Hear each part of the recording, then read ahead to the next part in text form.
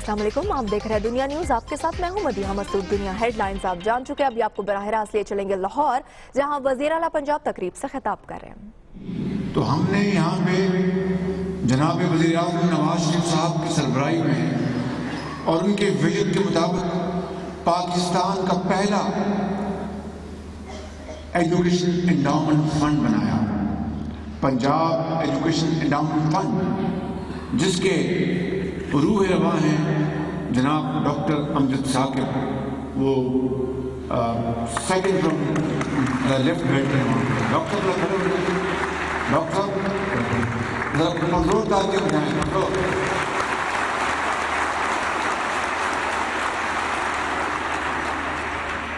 میں Punjab education endowment fund کی طرف ابھی 1 منٹ میں آتا ہوں، مگر میں کہہ یہ رہا تھا کہ یہ بچہ، نوجوان بچہ، بہت حوصلہ مند بچہ عامر، جس نے ابھی اسٹیج پہ آ کے آپ کو اپنی ساری روزات سنائی، کس مشکلات سے وہ گزرا اور اس کے باوجود بھی 3rd پوزیشن حاصل کی گو میں۔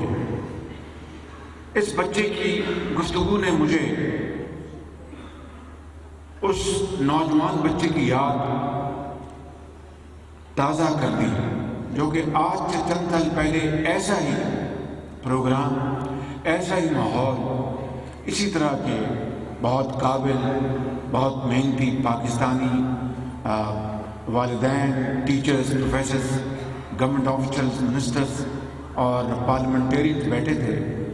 فرق یہ تھا کہ وہ الحمرا ہال میں وہ تقریب کا انعقاد کیا گیا تھا، یہاں سے چند گز کے فاصلے پہ۔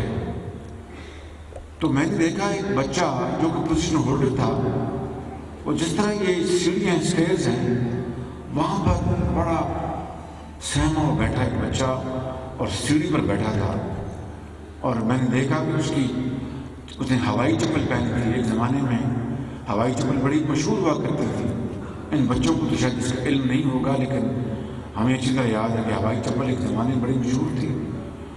ہم نے اپنے پہنی ہوائی چپل، نام اس کا ہوائی چپل تھا، بڑے ذوق شوق سے کہا کرتے کہ ہوائی چپل پہنی ہوئی ہے۔ تو اس بچے نے ہوائی چپل پہنی تھی اور وہ بھی ٹوٹی ہوئی تھی۔ تو میں نے پوچھا کہ بچہ سیٹ پہ کیوں بیٹھا ہے، اس کا پتہ کرائیں۔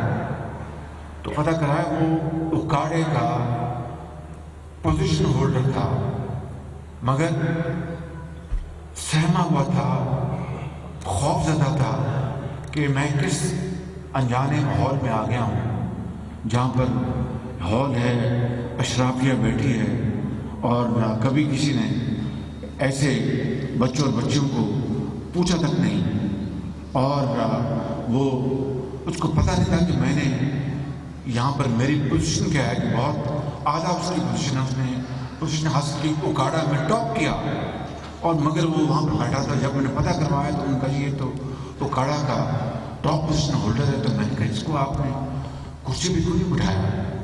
باہر کیف بعد میں کہا کہ میں خود ہی بیٹھ گیا۔ میں نے اس کو اسٹیج پہ بلایا، اپنے ساتھ اسٹیج پہ بٹھایا، اپنے ساتھ اس بچے کو، اور اس کو پھر پوری اور اس کو داد دی، اور پتہ یہ چلا کہ وہ نہ صرف انتہائی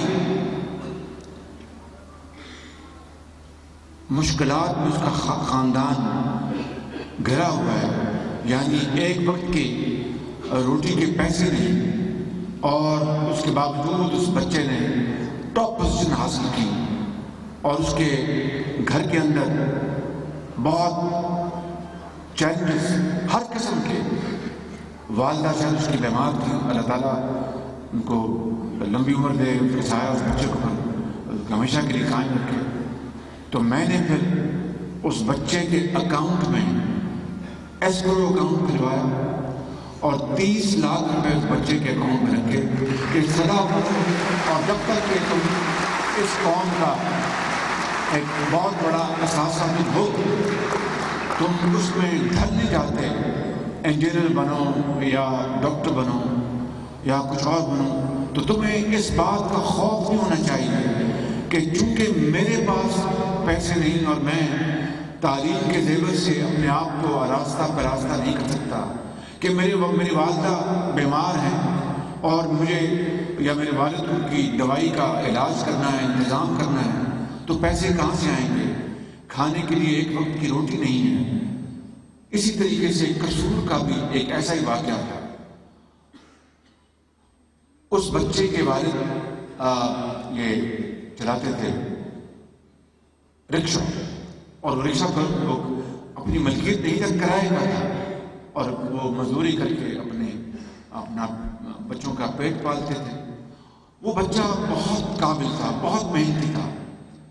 ایک دن ایسا ہوا کہ وہ اسکول نہیں گیا اور تواتر سے پر وہ غیر حاضر ہو گیا۔ تو اسکول کے پرنسپل نے پتہ کروایا، وہ بہت ذہین، بہت محنتی، اللہ تعالیٰ نے اس کو خاص اپنی کمال مہربانی کی تھی، اس کو وہ چیزیں عطا کی تھی کہ شاید عام بچوں میں نہیں ہوتی۔ تو اسکول کے پرنسپل نے بالآخر ان کے والد سے رابطہ قائم کیا کہ آپ کا بیٹا بھی آ رہا ہے۔ اس نے کہا کہ میں نے اس کو اسکول سے ہٹا دیا۔ اس نے کیوں؟ اس نے کہا میں بیمار ہوں، بیماری کے باوجود بھی میں اپنے بچے کو میں پڑھاتا رہا، لیکن اب میرے یہ بس سے بات باہر ہو گئی۔ اب میں اپنے بچے کو میں نے کہا کہ تم چلاؤ اور مجھے بھی میری دوائی کا انتظام کر کے دو، اور اپنے ماں اور اپنے بھائی بہنوں کا بھی خیال کرو۔ تو اس کو میں نے چھوڑوا دیا، اب وہ یہ اسکوٹر یہ رکشا چلاتا ہے۔ اس نے کہا پرنسپل نے کہ آپ نے بڑا ظلم کیا اپنے بچے کو۔ کیوں؟ اس نے کہا یہ اتنا قابل بچہ ہے کہ ہر امتحان میں فرسٹ آتا ہے، آپ اس کو اس گوہر کو آپ ضائع کر دیں گے، یہ تو قوم کا ایک اثاثہ ہے۔ اور نہیں پرنسپل صاحب میں یہ نہیں کروں گا۔ بات کیا قصہ ہوتا یہ کہ پرنسپل اپنی بات منوانے میں کامیاب ہو گیا اور یہ کہا کہ آپ مجھ پہ چھوڑ دیں، اس بچے کے جتنے بھی اخراجات ہیں وہ میری ذمہ داری، اور آپ کا میں انتظام کرواتا ہوں، آپ میری بات مانیں۔ یہ بھی نئی تصمیم ہے، اگر یہ رہ گیا تو بہت بڑا ایک نقصان ہو جائے گا۔ میں جانتا ہوں کہ اس میں کتنی قابلیت اور کتنا یہ ذہین بچہ ہے۔ چنانچہ اس بچے نے تعلیم شروع کی اور جناب اس طرح وہ اپنے بورڈ میں فرسٹ آیا وہ بچہ۔ اور جب وہ آیا ہمارے پاس تو ساری بات پرنسپل صاحب نے سنائی۔ مجھے اچھی طرح یاد ہے اس کے اکاؤنٹ میں میں نے 50 لاکھ روپے جمع کر